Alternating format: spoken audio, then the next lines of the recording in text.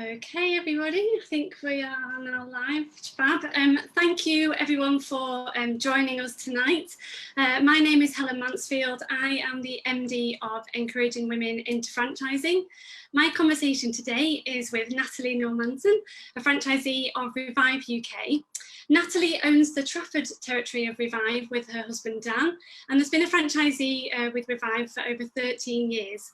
So tonight she'll be sharing her franchising journey with us from right from the start, becoming a franchisee, and then how she's grown her business to date. As always, if you have any questions for our guest, please don't be shy. Pop them into the comments below this video, and we'll try and get around to answering some of those towards the end of the conversation. So, without further ado, welcome, Natalie. Hi. Thank you very much for taking the time to be with us tonight, especially on such a warm and humid evening. Absolutely melting. But yeah, thank you very much. Thanks for having me. Just to get us started then, kick us off, could you just introduce Revive to everybody? For those that don't know the business, what is it that you guys actually do? Okay, so Revive was established in 1994, so it's been going for a while now, and we are the largest ATA accredited smart repair network in the country, which actually in layman terms means that we work from vans doing body repair and alloy wheels. So everyone calls it smart repairs, and then people at the business go, what? So yeah, it means that we can come to your house or place of work instead of you taking your car to a traditional body shop. So it's convenient, it can be done at a time and place that suits the customer. And also because we have less overheads than a traditional body shop, we can often do a lower price repair. And we also service a lot of national dealerships and fleet cars and vehicles, and then through Revive UK we get a lot of national account work for big insurance companies as well, so we do a lot of repair for insurance companies. So yeah, that's us. Diverse clients. Yeah. Well, great, thank you so much for explaining that then in layman terms. That's helpful. So coming back to you then, talking about your journey, if we could start at the beginning really, if we could talk about your career history previous to joining Revive, that would be really interesting to hear, I think. Well, the truth is, I don't really count it that had much of a career history. I was very much drifting. I was a university dropout. I was doing drama, cultural and media studies at university, but I ended up dropping out. And then from there, I was an assistant manager at a local shop that had a franchise for an international greeting card company and for a national chocolate retailer. So I had a little bit of experience of franchising. And just before, my last job before Revive was that I worked at a high-end hairdressing salon on the reception in Wilmslow. So think Cheshire Housewives, and that's about it. That's about the client set. I very much loved that job, and the intention was to go back, but yeah, things changed. Absolutely. If we could start right from the beginning then of like joining Revive, and so you mentioned that something changed. So what was it? Was there stuff happening in your life that sort of pushed you into looking for something else to do? Yeah, so I was on maternity leave with my first daughter. That was, so 14 years ago when I was pregnant. And the intention, I was determined I was going to go back to work. I loved my job. And then once she was born, just at the time, statutory maternity was only 6 months. And I started to go, I don't want to go back in 4 months or however long it was. And I couldn't. We'd have been okay on Dan's salary alone, but I wanted to contribute. I didn't want to just be a housewife, but wasn't sure what route to take. But at the time, my husband Dan, he was working as a technician for a local Revive franchise. He'd been working for them for 7 years, and he was really good at his job. He was managing the franchise where he was working, the territory he was working. And he ran it like his own business. He really had a passion for the job, and I had an enormous lot of faith in him, and I knew he could do it. And we talked about it in the past of kind of him going on his own, never very seriously, to be honest. It was more of kind of, oh, would you ever consider it? And he always said he was terrified, absolutely terrified of the admin side. Mm-hmm. And then I thought, well, I think with my background, I didn't have a lot of admin experience, but I'm quite good at picking stuff up. So I thought, I think I can do that part of this. I think we can do it together. So yeah, that was it really. I discussed it with my father first because he ran his own business, and then then talked it through with Dan, and slowly but surely he came round to my way of thinking. No, you don't. you can't nag Dan. He eventually saw it's the right way to do things, and so that's when we decided to start our own business. So obviously with Dan already working for a Revive franchise, you knew the business really, really well. Yeah. Was it always going to be a Revive franchise that you guys would go into? Did you think about any kind of other business, or even going it alone without the franchise? At first, I tended to think more, why don't you just go on your own? Why don't you buy your own van, come up with your own company name? Why don't you just go on your own? But by that point, Dan had been working with Revive for 7 years, and he just knew it worked. He knew the business model, and he just felt really good about it. And he was very clear, if I'm going to start my own business, I'm going to do it down the franchise route. And yeah, it was always going to be Revive. There was only one other company that was doing the same kind of business model, but we never approached them because we knew of the business. We knew people who had franchises, and we didn't particularly like their business model. We thought it didn't really suit us, and we didn't think the territories were big enough. But we knew Revive really well. I mean, I used to join Dan on the annual conferences every year, so I knew them. It wasn't just like Dan went off to work and that was it.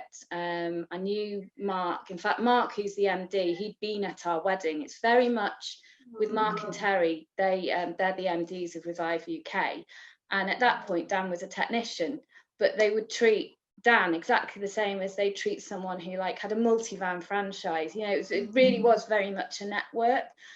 So we knew them personally, and we'd seen them grow, that it was, Revive was going like that, and they had it was working. So yeah, it was, in the end, once Dan kind of put his foot down and went, no, I'm not going on my own, I'm going with Revive. And I was like, well, okay, I don't feel too bad about that. So yeah, it was really always going to be Revive.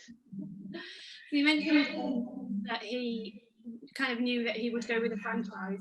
Why is that? Why was he so adamant to go with a franchise rather than starting on his own? I think there was a lot of elements to it that maybe I didn't appreciate properly at the time because I wasn't on the road.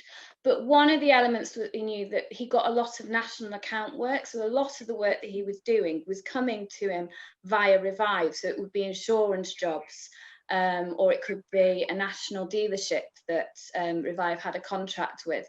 So he knew that if he started territory, there would already be work. There'd be some work there once he started. And I think the major thing that he realised, and possibly I was a bit naive about at the time, was the support and how much support would be offered and how much he thought we would need it. And he was right, we did.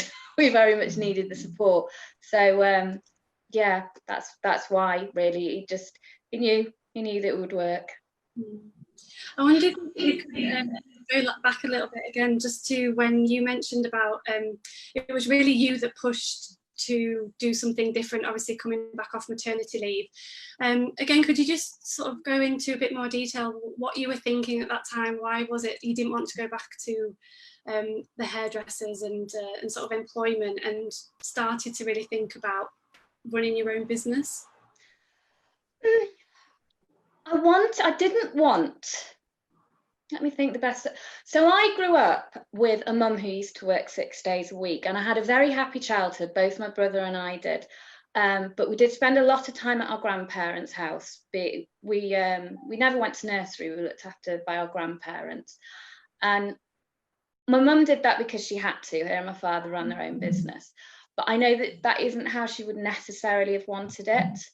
And as time was going on, I thought, I don't think that's what I want. I want to be at home more. And but as I said earlier, I didn't want to just rely completely on Dan. I mean, I obviously had to rely on Dan because I wasn't going to go out in a van and paint cars, but I wanted to be able to contribute myself. And I just thought, I think I can do the side of the business that isn't painting cars. At the time, really, it was just doing the books. That's developed over the years. So yeah, and also I had complete faith in Dan. I knew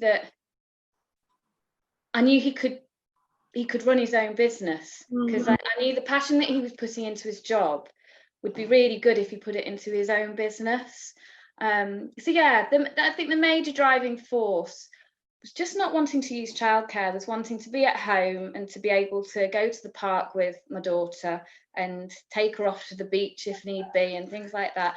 But then when she was having a nap, or sometimes in the evening, sometimes at the weekend, and when Dan was home, I could sit and I'd catch up on my work. So it was just really flexible. That was my side of it, that it just fitted in as a mum, really.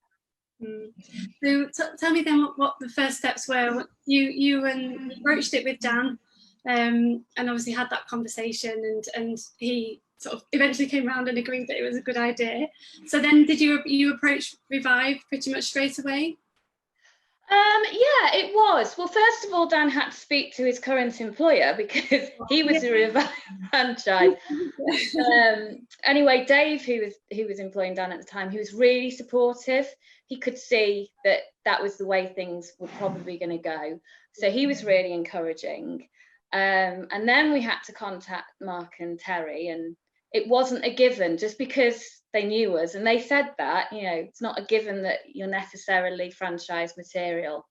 So they came up to Knutsford, and we met them, and yeah, we probably had our first business meeting with them, because before then it had been a little bit more informal. And I think they could see that, yeah, we had a passion for it and we wanted to grow a good local business. Excellent. So I mean, did they put you through the ringer as such to sort of put your across as to why you should be allowed to have a franchise? They put us through the ringer. It was a very nice discussion, but they they did ask us questions. It's not just, it wasn't a matter of we know you and we get on with you. They needed to know what our business plan was. They needed to know about how we were going to finance the business, etc. So yeah, I wouldn't say they put us through the ringer, but they definitely made sure that we were serious and that we were in a good position to start a business. They're not a ringer kind of pair. And I guess, I mean, a lot of people, when they're going through their due diligence of looking into buying a franchise, obviously try to speak to other franchisees that have already bought the business. I mean, did you guys feel the need to do that, or did you feel like you knew it enough that you didn't need to? We did a bit, and also that was with the encouragement of Revive UK. So we obviously knew Dave beforehand. As I say, he was really encouraging, and he took the time to talk through us how he ran his business. And we also spent time with another couple who were running the business similar to how we were planning on, that the husband ran the practical side of going out in the vans and looking after the employees, and the wife looked after the books and the HR and anything else. So we talked to them, which was really reassuring. And as I say, that was with the encouragement of Revive UK to go out there and get an idea of what we'd actually be facing. And it was so useful. They told us a lot of stuff that we probably hadn't thought of, such as had no idea about cash flow really. I just thought the money came in and the money went out, and they gave us ideas of how they looked after their cash flow, etc. So it's really helpful. It was really, really helpful to speak to other franchisees. Yeah. Yeah, really, I think it is such a valuable thing. If anybody is looking to join a franchise, it's definitely something that most franchisees do recommend it anyway. But yeah, well, we have done it for people coming into the Revive network, but I'd also say just go on Google. Don't necessarily speak to the people that are being fed to you. You know, go on, just do a few phone calls and get a good idea. But yeah, it is really, really helpful because they're all individual businesses as well. It's the thing with a franchise, it's not just one model fits all. So yeah, you can learn a lot. Yeah, absolutely. Really interesting.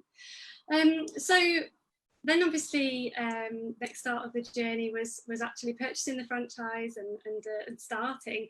How, I mean, as sort of as sure as you can be and as risk averse as franchising is, it still must be a scary situation to be in, leaving employment to run your own business. So, you know, how were you both feeling at that time? What thoughts were going through your head?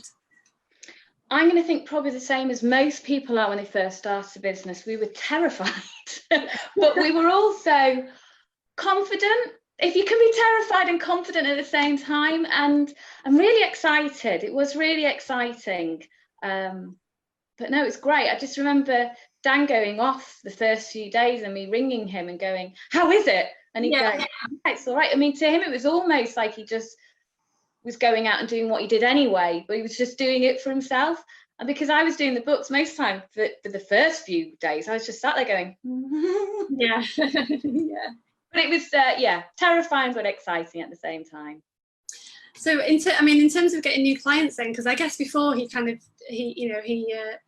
sort of did the work, but now it's your own business and you're responsible for getting in the business. So I mean, how was that side of things? Was that something you guys had to do before sort of client acquisition almost?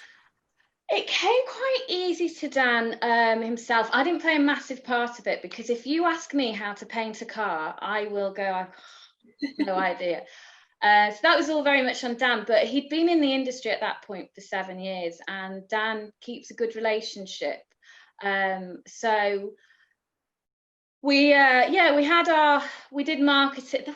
Marketing was different then. It's not what it is then. So we had the website, we had the number on the van. The main thing was to get some regular dealership work. But Dan had a lot of contacts that knew him, knew that he was reliable, and we were quite surprised actually. It grew quicker than we expected. We thought we'd have 12 months of just Dan pootling around in a van, and then eventually we might think about taking someone. But I was looking over it earlier this week because I just thought I'll have a look because it's so long ago. And we started on the 1st of June, on the 1st of March 2007. And by the 1st of June, we were taking on our first employee. So it just grew a lot quicker. But I think mainly it was that relationship that Dan had built in the past. And he's always very clear. And he says to anyone, never burn your bridges. In the car trade, salesmen move on to different dealerships. So you might have been working with them at one dealership, but they'll move on somewhere. They might have done something to upset you or that you don't agree with, but don't burn those bridges because they could be your shoe into somewhere else in the future. So it's very much on Dan, that side of things, but he was good at it and he was tenacious as well. A good skill. Oh, have I lost you? No, you're there. Sorry. And so what was the support like when you first joined then? Did you, because you mentioned you didn't have that much experience so much with the admin side of things, so did the franchise offer support on that side of things, or what was the support? They did.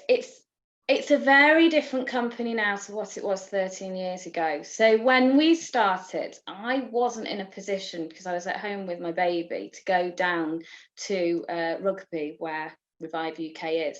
So what they arranged for me was the support of other franchisees helping to show me how they were doing my side of the business. And then I was working, so at the time, it amazes me to see how far we've come. So at the time, there was one woman in the accounts department at Revive UK, and she kind of dragged me through. I'd send her off the accounts and she'd go, "That's great, but could you just do this, or could you just do that?" So it was a learning process on the job at the time. Yeah. I muddled through, but honestly, I couldn't have done it on my own. I think we'd have gone out of business within about 6 months if it had just been me on my own. So they were incredibly supportive. But I know that now, when a new franchisee starts, before they even start the business, they have training for finance, for sales, for looking after employees, for growing your business. So yeah, it's a completely different model now to what it was when I was doing it. You don't even start your business until you're well trained now. Yeah, really interesting. And so you obviously mentioned really quickly you took on an employee, and how was that? How was sort of going from sort of relatively muddling through to then, you know, kind of being responsible for other staff members and growing a team of people? Well, I felt ridiculous because I was only 27 at the time and I just didn't feel I should be employing people. But that was probably when I most appreciated being part of a network, because we just didn't have a clue what we were doing. We didn't understand PAYE, didn't understand employment contracts or anything like that. And that's when those emails going off to head office at the time were, "I need an employment contract, can you help me?" And they go, "Well, and this is what we use, you know, if you want to adapt it for your own purposes, please do." I know now that any new franchisee coming in is trained for that before they even start. In fact, I know now that they're supposed, well, they do, they have 2 techs before they even start. So it's not quite like us who sat there and went, "I should take someone on, what do we do?" Yeah, so it was odd and it was a learning curve, but it was exciting. And yeah, it was, as I say, that's when I really started to appreciate that Dan was probably right, that we were part of a franchise and hadn't gone alone, because I think that's the most challenging part of being a business owner, is staff and dealing with staff and HR, everything to do with that. So to have that network behind, it's just been a massive help and reassurance. That comes, many franchisees I've spoken to, that is definitely top of the bill for a lot of them. So yeah, you're not alone in that regard. It's really frightening. It's terrifying to think of being responsible for somebody's career. So yeah, it's good to know that we're part of something bigger with people who actually know what they're doing. Yeah. So from taking on, within like 3 months, taking your first employee on, then talk us through the next sort of like 13 years of growing your business and how it's changed and adapted during that time. Well, it's a completely different business now, I'd say. Dan's still in a van. He shouldn't be. That wasn't the plan, but it turns out he really likes working with cars. I didn't take that into consideration, so I struggled to get him out of a van. But at the moment, we've got 5 vans on the road. We've got our 6th one going on the road soon. We had 2 more before we went into COVID, but we had to cut back a little bit. One of our employees had actually handed in his notice, so we were fine with that. We were like, that actually works for us at the moment. But now we're seeing that things are growing. So, and yeah, how have we grown as a business? Well, I'd say the business, one of the major things that changed is marketing. We really didn't do an awful lot to start. It would be local magazines. There'd be handing out business cards, flyers, just your number on the van. And then just over the years, it's really important to have that online presence. I think that's a massive change.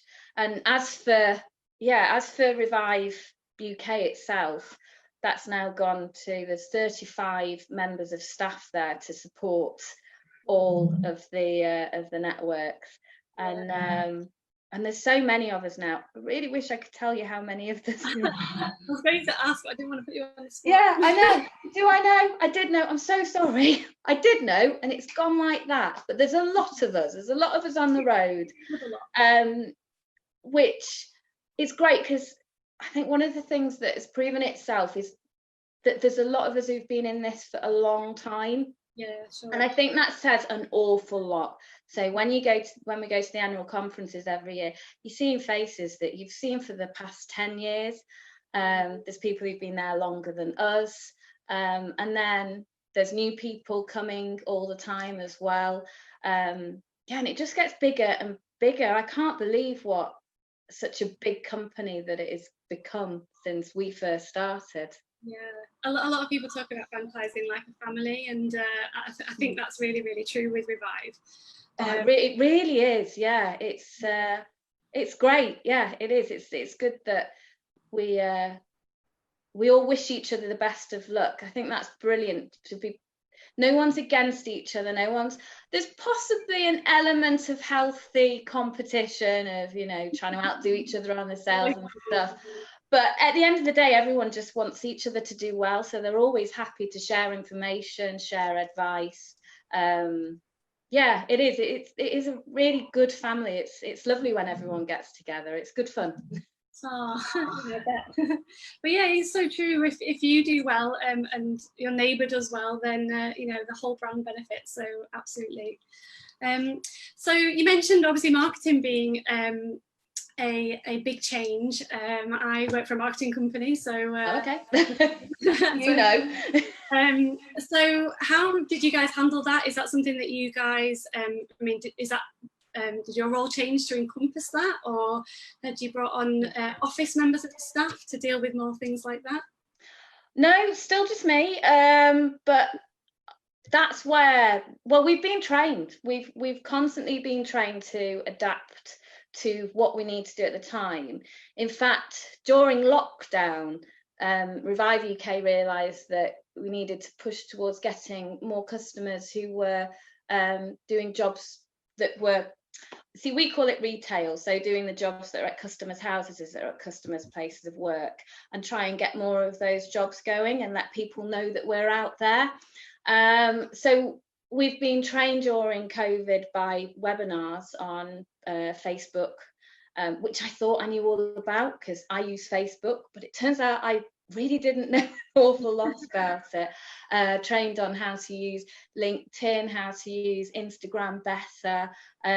It's been really helpful, but that's happened during COVID, but we've been trained constantly throughout on marketing. It's something that they know is really important, and that they actually do really well themselves. So that helps us. And I guess your needs change, don't they, over time? So when you first started, what you needed support-wise from the franchisor must be very different to what you need now. Yes. So they've kind of adapted with you and given you the support as you guys have grown your business. Yeah, well, they're very good at looking for feedback constantly of what franchisees feel that they need for training. So it's just got better and better, the amount of training that is available. So try to think, in the year before we did, everything's before lockdown, isn't it? but previously, so last year I went down and did 2 finance workshops. So that was reminding me how to read the balance sheet, because I know how to read a balance sheet. And then sometimes I can kind of forget how to read a balance sheet. I think I know how to read it and then go, well, what's that bit? So I've been on about 3 courses of finance training that not only trains you, but reminds you of the stuff that you've already learned, and about how to grow your business, or everything to do with finance. We've been down to do quite a lot about our business planning. Oh, sorry about that, guys. I think the heat must be affecting it's obviously not working for us tonight, but we are back, so apologies about that short break. But Natalie, sorry, so you were just telling us about the training and how that's changed over the lifetime of your franchise. Yeah, I spoke for about 10 minutes, but I think I got cut off, so I don't know what's been heard and what's not. But yes, it's really changed. As I say, we do our finance training. We're constantly trained on marketing, which is always available to us. I definitely know you cut out when I was talking about the Revive Academy, which is the practical side of the training, which means that as employers, we can send our techs down there to be technically trained and to do their ATA training. They've also, as the years have gone by, and most franchisees now have multiple vans, and that means that we're looking towards having team leaders, managers and team leaders, so we can send anyone can send their employees down there to help them become better team leaders. In fact, we were doing that, and then the country came to a stop, so we will get round to doing that as soon as training can start. And then what I've been really impressed with is that during this time, and the training hasn't stopped, we've been doing it like this, which I'm kind of, if anyone from Revive UK does watch this, hoping continues, because it's great being able to do it from your kitchen. But yeah, the training is so much better than what it was. And I think I've found and I've seen that the franchises that succeed are the ones that throw themselves in. We probably didn't at first quite so much as we should have done. I think we got to the point of, oh, we know what we've been doing this for years. And then recently, because Revive will not let you sit on your laurels, they've gone, no, you need to do this training. So we've done more of it over the past 5 years than we did previously. And it's so helpful, and it's really helped us develop our business. Yeah, it's great. It's really, really great what's available to us now. Yeah, I think that's the thing.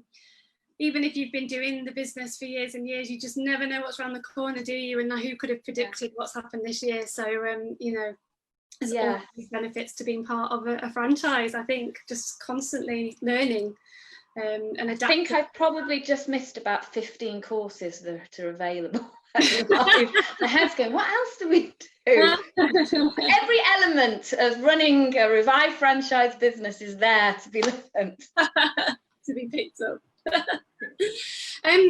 So sort of going, I guess, a little bit more personal to you guys, if that's okay.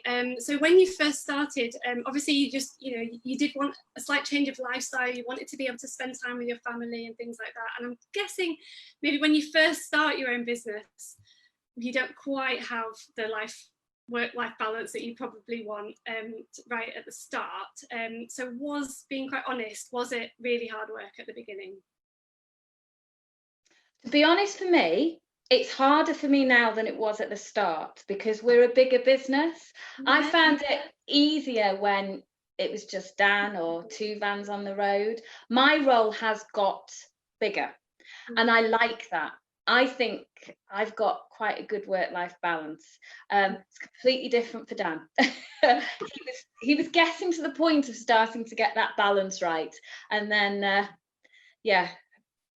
the new normal happened, and he had to throw himself a lot more back into the business. But yeah, I'd say that as the business grew, my role did become actually more important.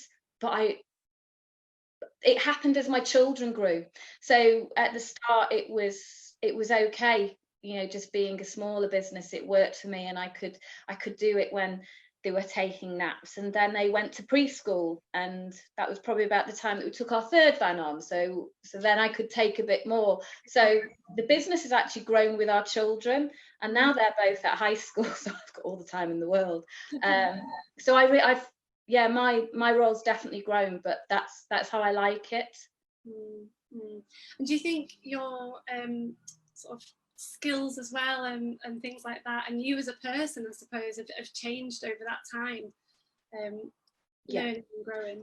Yeah, completely. When I first started, so when I said let's start our own business, I'd never seen a spreadsheet. It was something that my friends talked about that worked in offices. I didn't know what they were. I had no idea. So I had a quick crash course in how to use it, how to do what I needed to do on a spreadsheet. Yeah. And I kept looking at it and going, there's definitely more to this. So and I was really naive when we first started. I think I thought because I came from a family who ran their own business that I knew how to do it. But there's so much to it. So I went to night courses. So I learned how to use Sage, which I actually don't use, but it was a good way of learning about the practicalities of finance. Yeah. And I went on to do an Excel course, so I can now sit with my spreadsheets and find out percentages and growth, and I love a spreadsheet. Or quite often find me on a spreadsheet going, oh, look at that. I've just made it do this. I've got a pivot table. So yeah, my skills have grown an awful lot, and I've learned more about being an employer. I now take a far bigger role in the recruitment. I did used to just, my opinion used to be, well, Dan's got to work with them, so he should be doing the recruitment. And then I found that actually I have to work with them as well, and that having two opinions often works. So I do take a more active role in recruitment now, which we've found has worked. We've got a really good team working for us now, and I think I helped choose each and every. Yes, I did. I helped choose each and every person. But before, I didn't want any part of that. I just thought, no, that's not my side of the business. Yeah, I'm more confident, and yeah, I feel like a businesswoman now, and I never used to. I used to. If I ever said that I own my own business, it felt ridiculous to say that, and I felt like a complete imposter. And I thought, don't ask me any questions. Whereas now, yeah, I feel like I'm a businesswoman. And do you think that's just come over time? And obviously, as the business grown, you've learned more, got more confidence in what it is that you're doing. Because I feel like imposter syndrome happens a lot to a lot of people, not just women, I think, but women especially. And so, yeah, it's really interesting to hear the change, I guess, as the business has grown, and you have as well as a person. And yeah, what would you say is sort of like don't know really, like the biggest thing that you've learned, I guess, about yourself, maybe, like overcoming fears as well and things like that? I think what I've learned is that I'm capable of a lot more than I thought I was. That I used to hold myself back a lot more, whereas now I will go, no, I think I can do that. Yeah, and I've also found I like learning new stuff, and I like, so with all this training that we've been doing for marketing, probably more than we've ever done, I've thrown myself at it. I've absolutely loved it. I love learning new skills, whereas before I probably would not have had the confidence to have gone, right, I'm gonna put all that I've learned into practice. I'd have probably gone, oh, I might just try it a little bit. I've definitely grown. I've grown as a person. My confidence has grown an awful lot. Yeah. Oh, thank you for sharing that quite personal. Yeah, and actually, I've got to say, I'm really proud of us. I'm incredibly proud of what we've both achieved, because yeah, we were only really young when we started this, and yeah, I'm really proud. 27, did you say, when you first started? Yeah, I was 27, and yeah, I'm in my 40s now. So I started in my 20s, and now I'm in my 40s. And with young kids, I think that is brave. I think that you've done amazingly well. But yeah, and so, I mean, lifestyle-wise now, like you say, you're just starting to maybe be able to take a little bit more time off and not be quite as hands-on in the business, or do you think you still always will be? For me, I want to be, and that's not because I have to be. I really enjoy it. I can tell. I don't have a passion for cars. That's not my side, but I do have a passion for running my own business. I have a passion for being part of something as big as Revive UK. Actually, I am very proud of being part of Revive UK as well as just our little part of it. So yeah, I forgot what the question was. It's all about your work-life balance, but yeah. Work-life balance. Thank you very much. Yeah, my work-life balance. So at the start, it works so well for me because I never had, my children went to preschool, but I never had, they went to, like, as all children go to preschool, I never had to use a nursery, and that's what I wanted. So that balance was just, it was perfect at the time. And then now, as I say, I'm doing more, but I'm not overworked, and yeah, I enjoy the balance. I've probably gone the opposite way. I think a lot of people, when they first start the business, they're more into it. But as our business has grown, I've thrown myself into it more because I just love watching it grow. Yeah. Oh no, I can really tell the passion that's coming out of you. It's just, I can really tell how much you love it and how proud you are. It's brilliant. So obviously we've kind of touched upon it a little bit, but COVID and everything that this year has brought. So yeah, you sort of mentioned it a little bit, like Dan's having to get a bit more involved again. But what's it kind of brought for your business, and how has it been? And now we're sort of starting to come out of the other side. Yeah, well, I think like the rest of the country in February, March, we just sat there and went, what is going to happen? It was really weird, and we didn't actually have many sleepless nights about it, because as with everything with this, you think we can't, there's no what ifs. What's going to happen is just going to happen. And then I remember the night that we went into lockdown, and the Revive WhatsApp groups were going mad. They were all, what are we doing? Are we going into lockdown? Are we working tomorrow? And then after a while backing to and fro between the franchisees, the decision was made from Revive UK that for the time being, we'd put down tools for the safety of our customers and our staff, that it was time to put down the tools to see how things went, until we felt that we could go out there and work safely. So that was really frightening, because we had members of staff who were sat at home wondering if they were going to get paid, and we were sat thinking, how are we going to pay them? And then luckily Rishi came along and told us all about furloughing, so that was wonderful. But as with everything that's happened with COVID, that kind of brought a million other questions. And luckily, the wonderful Louise at head office, so she looks after the accounts at head office along with the rest of the team, she took that on for us all. She found out what we could do, and she has done all of our furlough claims.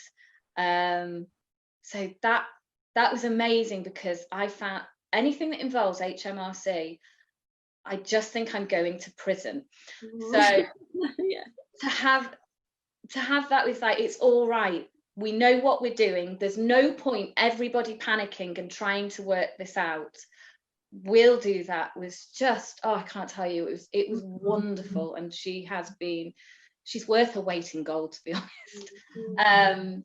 Yeah, and then during lockdown, we've been having weekly calls with other, so not the whole franchise, because I have now remembered there are 50 franchisees in the Revive. So we've not been having group calls with 50, but we've been having smaller group calls with franchises that are at a similar position than us, like kind of size wise. Yeah. And we've been having weekly Zoom calls with between ourselves, And Mark Llewellyn, who is our MD, has been sitting in on those, so he can pass us the news from Revive UK. It's a chance for them to check how we're doing. It's a chance for us all to just share our information, share our experiences. It's been so reassuring, and that's continuing. And then, as I say, after a while they went, right, we need to grow. We're not going to sit here and we're not going to just see what happens. We need to get out there and start advertising. So they've been doing all the relevant training that we need to be for that, which has been great because it feels like you're doing something. Yeah.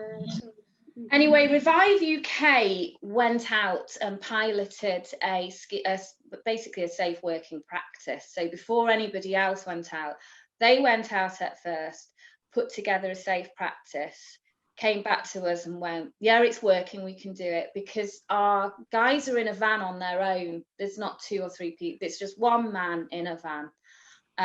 So they worked out that, you know, we needed to do contact payments, how people could work from their vans and have no physical contact with any of the customers, don't accept a cup of tea,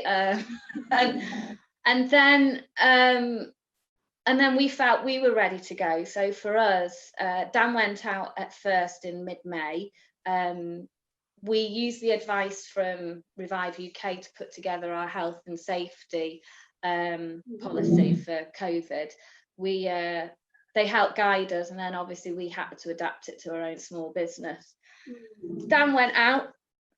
He kept, at that point, we'd been at home and he was going out and he was coming home and I was going, what's it like out there? Yeah. But by the end of May, he was like, there's work out there and this is doable. And all the dealerships, I think they opened on the 1st of June or the end of May, and they all had their own COVID safe practices. So he just knew it was safe. So we tentatively went out there expecting it to be a bit of work, and it wasn't. It was good. There's work. There was work out there, and we've been back now for 2 months, and we've had 2 really good months.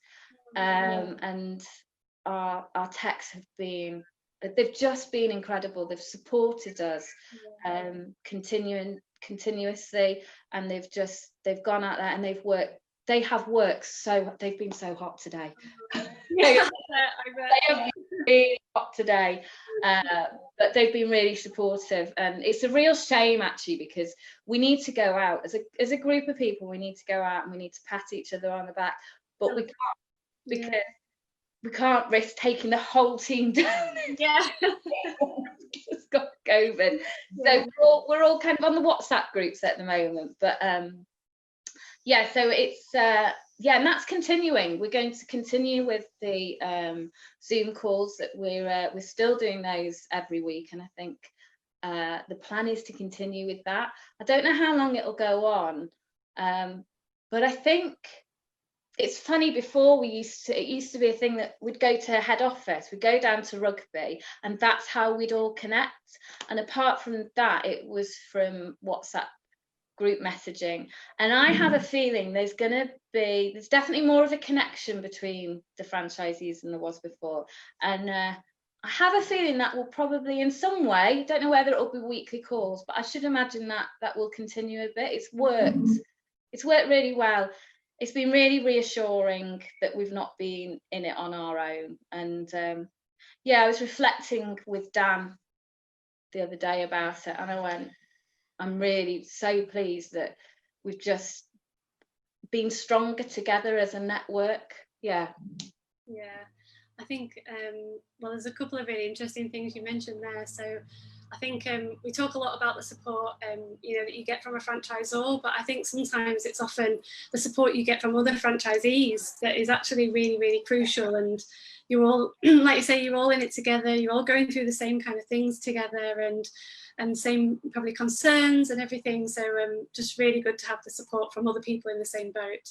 So much so, yeah. And then the other thing you mentioned was, so obviously with the franchise, for those listening, the franchisor goes out obviously and pilots the model first, make sure that the model actually works, and then it's kind of like they're still doing that because they went out and piloted testing during COVID how it was all going to work, and then pass that through to the franchisees so that you guys then knew exactly what you were doing. And it's really interesting that they still almost were modeling it for you.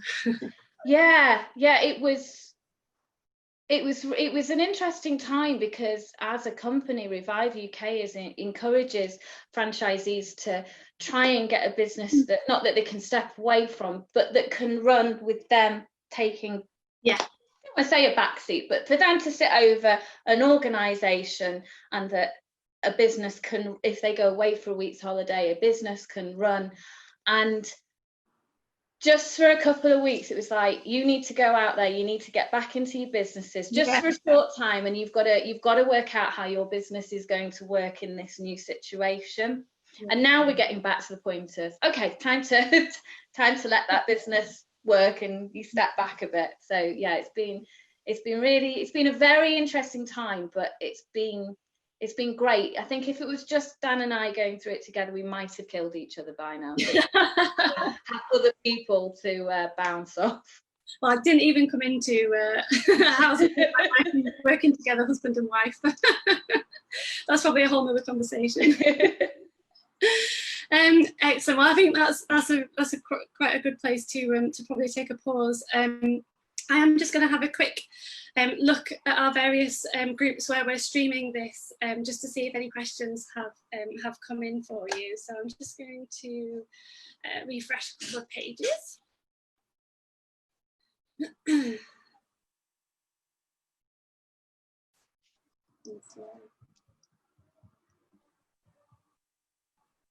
Okay, so there's one there. I'm just going to have a quick look.